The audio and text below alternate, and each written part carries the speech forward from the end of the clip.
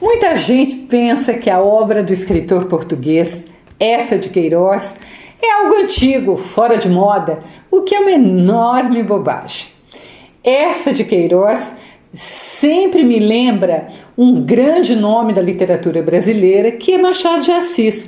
Aliás, Eça de Queiroz e Machado de Assis foram contemporâneos. Um dia eu faço um vídeo aqui fazendo esse tempo da literatura dos dois. Ambos são imortais e influenciaram inúmeros escritores que vieram depois deles e continuam influenciando. Isso é um escritor imortal. Quer um exemplo da influência do Eça? Veja aqui no canal o vídeo sobre o livro A Relíquia de Eça, né? Eu vou deixar o link na descrição. Depois que você vê o vídeo da relíquia, assista em seguida o vídeo do Evangelho segundo Jesus Cristo de Saramago e perceba como esses dois livros têm pontos em comum. Como o primeiro, que é o de Eça, foi uma referência e uma influência importante, determinante para o livro do Saramago. Hoje nós vamos falar de um dos romances mais conhecidos do escritor português Eça de Queiroz, que é este aqui, O Primo Basílio. Eu tenho uma linda encadernação, né? Fica comigo até o fim do vídeo para ter uma visão completa dessa obra e também para ir entendendo sempre um pouco mais das marcas que se sobressaem na narrativa do escritor. Cada vídeo meu de um livro de um determinado escritor, eu vou compondo um painel, tá? O Eça de Queiroz nasceu na cidade de Póvoa do Varzim, em Portugal, em 1845. Eu falei que ele era contemporâneo de Machado. Machado é de 39, quase ali. E o Eça, ele era um filho ilegítimo e só aos 10 anos ele conheceu seus pais. Esse fato vai marcar não apenas a vida do escritor, mas também a sua obra. Os seus romances vão sempre ser muito minuciosos na criação do quadro familiar. Por quê? Porque isso era uma coisa importante para ele, uma coisa que lhe chamava atenção. O Primo Basílio conta a história de Luísa, uma moça comum, casada com Jorge, um engenheiro de Minas. O casamento dos dois tinha 3 anos, não tinham filhos, e era um casamento tranquilo, sem grandes arroubos, principalmente porque ele tinha uma condição econômica razoável, porque Jorge tinha um gênio tranquilo e a Luísa, ela tinha se tornado uma boa dona de casa. O que se esperava, né? Era como deveriam ser todas as mulheres daquela época. Então, tudo transcorria normalmente, até que o Jorge teve de viajar a trabalho, né? E o primo da Luísa, chamado Basílio, que vai dar título ao livro, né? O Basílio chega a Lisboa para visitar a prima. Desde a primeira visita que o Basílio faz, fica claro que o Basílio quer retomar um romance com a Luísa, pois eles tinham sido namorados lá na adolescência. Depois ele tinha perdido tudo, então ele tinha ido viajar, vindo para o Brasil, ele era português, para fazer fortuna. E o fato do marido estar fora da cidade, o Jorge, é um elemento que só favorece os planos do Basílio, né? Lembra daquele ditado antigo? A ocasião faz o ladrão. Talvez se o Jorge, marido, estivesse, ele não teria toda essa ousadia. Agora, é impossível, quando você estiver lendo o Primo Basílio, e se você já tiver lido o Madame Bovary, é impossível você não fazer a relação da Luísa com a outra personagem famosa da literatura, né, que é a Emma Bovary. Tanto a Luísa como a Emma Bovary, elas ficavam lendo muitos romances, né, onde havia aventura, desejo, amores praticamente impossíveis, né? Enquanto elas mesmas viviam um casamento absolutamente comum. E como todo casamento comum, ou 99% dos casamentos, né, o dia a dia não tem assim grandes novidades, né? Mas as personagens, tanto a Luísa como a Emma Bovary, sonhavam com essa vida glamurosa que elas não tinham, tá? Então, isso é importante porque mostra como o romantismo fez a cabeça dessas mulheres.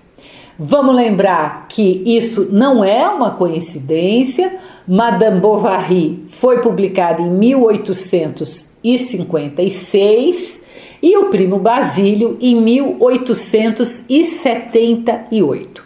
E essa de Queiroz claramente foi influenciado pela literatura de Flaubert. Literatura é assim, tá, gente? Da mesma maneira que Flaubert ele influencia essa, como eu disse antes, influenciou Saramago e assim por diante. Nesse momento do lançamento do Primo Basílio, a literatura mundial está vivendo um período realista.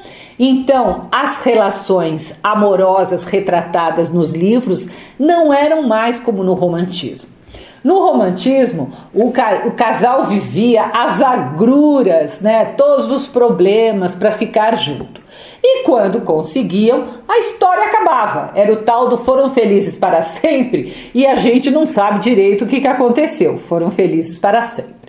Mas no realismo, o casal normalmente já está junto, vivendo um casamento que não é assim nenhum conto de fadas, né? Então vai mostrar a realidade, por isso que é o realismo. Essa é uma marca, né, do realismo, levar para a literatura o que de fato acontecia, o que de fato era real, né? Não dava para ficar o tempo todo fantasiando como no romantismo. E os escritores estavam também preocupados em mostrar como a vida burguesa do final do século XIX ela era repleta de falsos moralismos.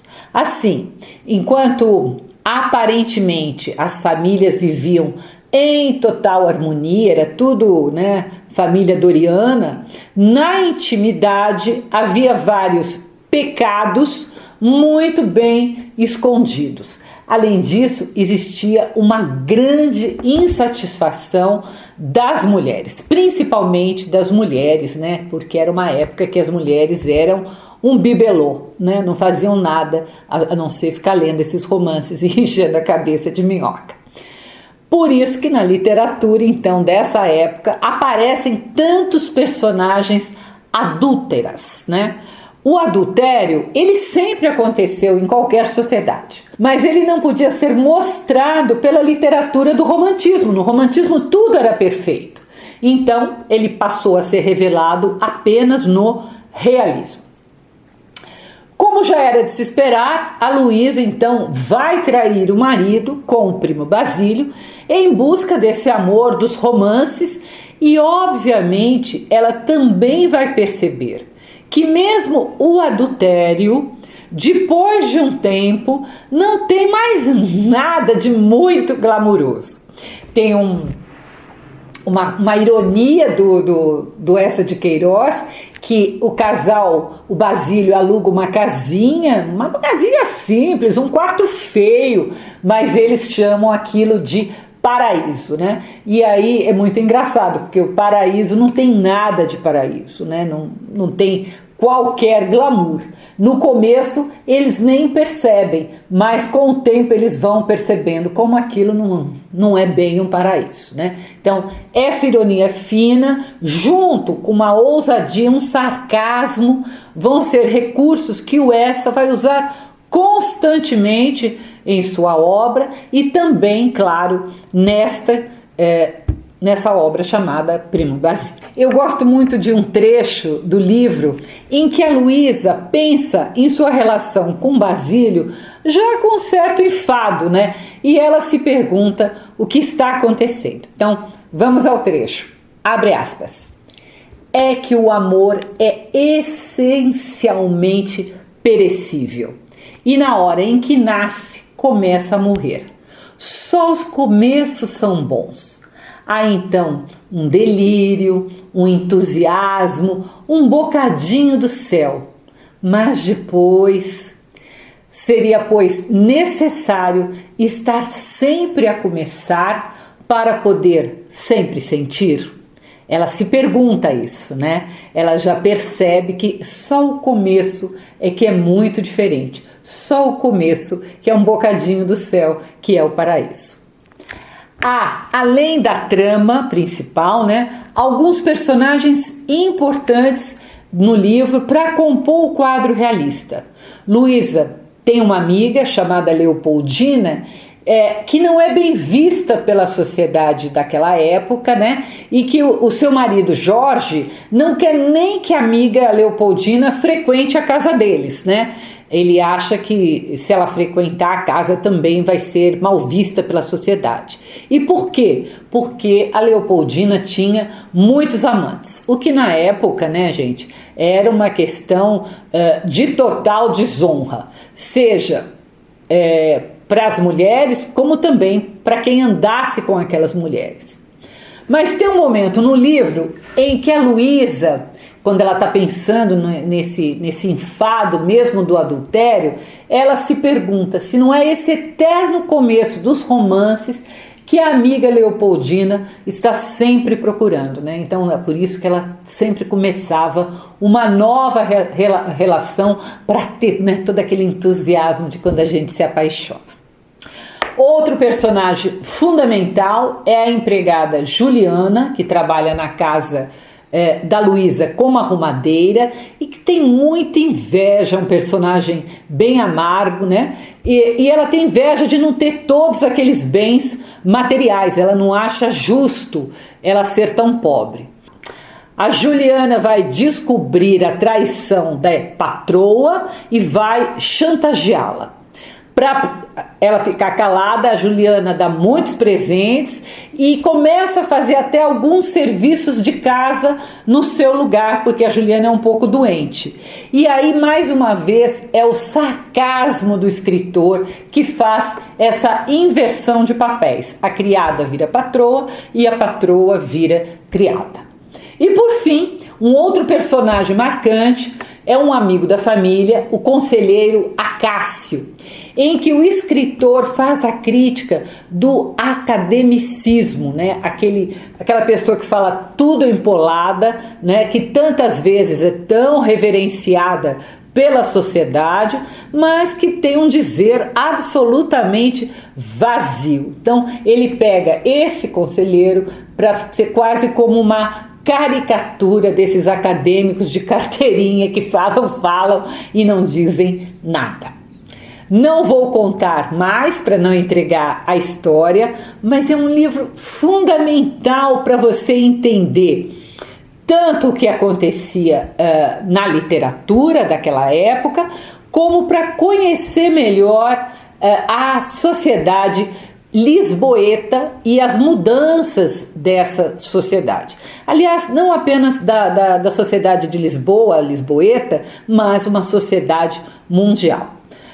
Uma coisa que chama atenção é que leva o nome do amante, o livro, e não o nome da mulher. É como se essa de Queiroz estivesse dizendo que nem a história, sendo sobre a Luísa, ela é importante para receber o título, diferente de Flaubert, que chamou Madame Bovary.